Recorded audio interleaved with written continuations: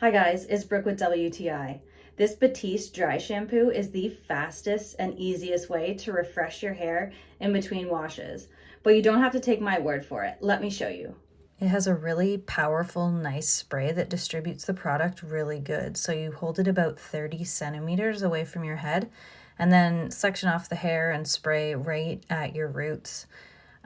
Wherever you have the worst grease, and then you wait a few seconds and massage it all in real good till there's no white left.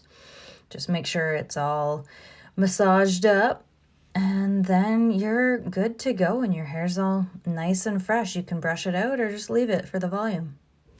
The tropical exotic coconut smell is so nice and fresh. It makes me feel like I'm sitting on a beach somewhere drinking a pina colada. This tropical scent exotic coconut Batiste dry shampoo is the best smelling way to refresh your hair.